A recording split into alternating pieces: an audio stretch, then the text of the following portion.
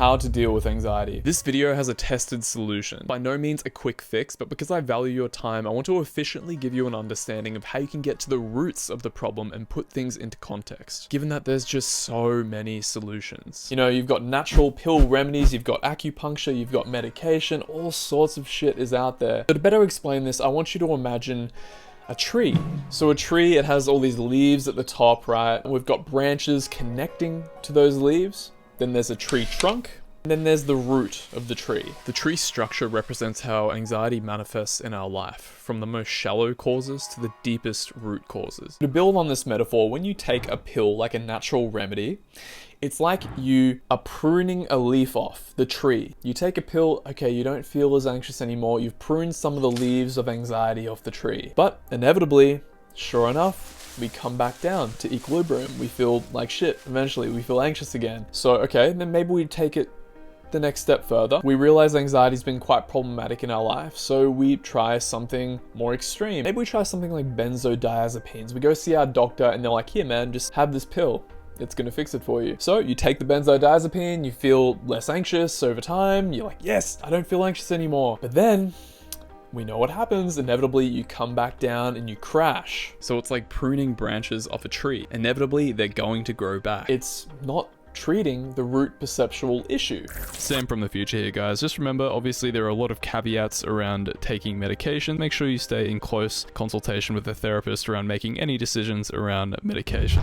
So, okay, maybe we move down to the trunk. What can we do for the trunk to really maybe tackle this anxiety problem? We try something like counseling or psychotherapy. An amazing thing to do to really delve into some complexes that are causing us anxiety, and that provides you with some relief, with some deep lasting relief, because now that you've addressed that complex over time through multiple counseling sessions, it stops causing you as many problems. But it doesn't treat the root perceptual issue. Let's say you do therapy for something like social anxiety. Then when you feel anxiety for a test coming up, you're still suffering in relation to anxiety. It's not going to solve the root perceptual issue and really free us in the long term. But that does not mean that psychotherapy is not useful, and in fact we'll talk about its critical significance later on in the video. Okay, so we got to the bottom, we've got to the honeysuckle, the nugget of this video, which is the roots of the anxiety. We want to cut out and lift that fucking tree up and get it out of here. We don't want to deal with it anymore. Bring it down.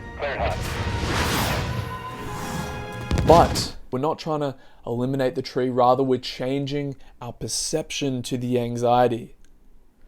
The anxiety is still there, but we change our perception. So what tends to happen is we feel anxiety, tightness in the chest, contraction. It sucks, I don't want to feel this, I don't want to feel this. We push it away. And that's why we do things like take natural remedies, why we take medication, why we go and see a counselor, so we don't feel it. We have so much aversion to this negative emotion that we want to just not feel it, right? But no, here's what you do. Instead, you say yes to anxiety. It's so easy just to say, okay, just change your relationship to it, right?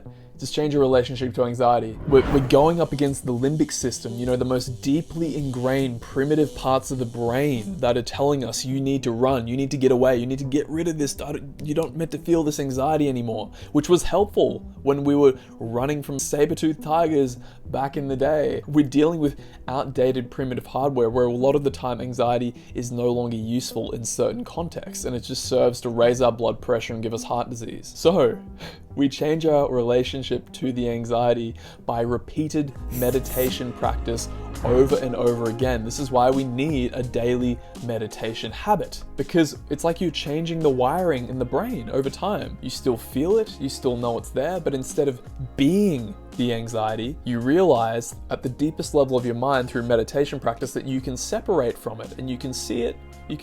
Occasionally you'll get contracted back into it, but the more that you keep practicing, the more the space creates. And the longer you do this for, you likely will never have to keep getting contracted and suffering the anxiety. So key thing, you still feel it.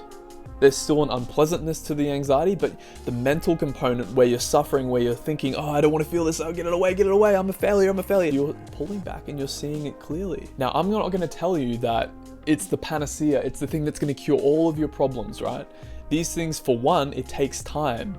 I mean, there's some people out there like Eckhart Tolle who have sudden awakenings and all of a sudden they see this so clearly, right? there's very rare 1 in a million cases where people just get immediately awakened through like a couple meditation sits or some deep insight or some psychedelic experience that awakens them. But for the most of us, it's going to take a meditation habit of daily practice where we sit down, starting at 5 minutes a day to build the habit, working up to maybe at the minimum, at the absolute minimum. If you're serious about changing your relationship to anxiety permanently, then you're going to have to sit for at least 20 minutes a day.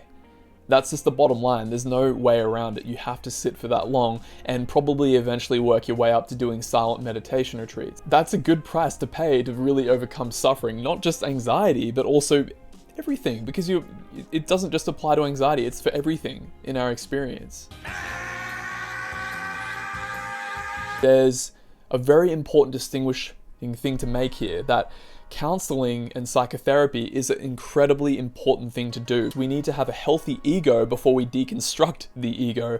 Otherwise, all sorts of bad things can happen. So you think about people who, like monks who have been meditating in Tibet for 30 years, then they come over to somewhere like Australia and they see a hot cutie, tan body on the beach with a bikini, and they're like, oh man, I just want to bust a nut. Because every day's a good day in Australia. Although they have incredibly awakened minds, they don't have a healthy egoic complex. And I'm here to tell you as well that, sometimes I still get swamped by anxiety. There are days where it just really grips me by the balls and I struggle. But I know that through repeated practice that I am changing my relationship to it over time. And each time, instead of where I used to think a couple years ago that if I felt anxiety, this is who I am, I'm stuck like this forever, I treat it as an opportunity for deep insight into my experience. It feels like it's a gateway to something much greater. Although it may be very difficult to see and hear what I'm saying, that there's no way out of this shit. I don't want to feel this unpleasantness anymore. I get it, right? Like, I sometimes still go there and I feel that. I just don't want to feel it. But actually, now having been on this path for quite a while, I'm so freaking grateful that I have been feeling anxious, because it's the greatest gift, because it's a vehicle to attaining insights that will take you way further than most people who are just chill, just mellow, just relaxing, man. There you go. Although they can still achieve insights and meditate, and they should, but people who suffer like we do with anxiety, that can sometimes just mess you up. We have the inclination to take it and seek a solution more than anything else. It's like we're a pressure cooker. So it's the greatest gift that you can get. Keep that in mind. Be thankful for it. Say yes to anxiety and practice meditation. Bonus points if you couple it with psychotherapy to have it as an adjunct to immense growth. So I hope that provides you with context on how to deal with anxiety. Thank you so much for watching this video. Much love. Subscribe to the channel and check out some videos that I've done on Vipassana meditation if you're interested in starting your meditation journey. Thanks guys. See you in the next video. Much love.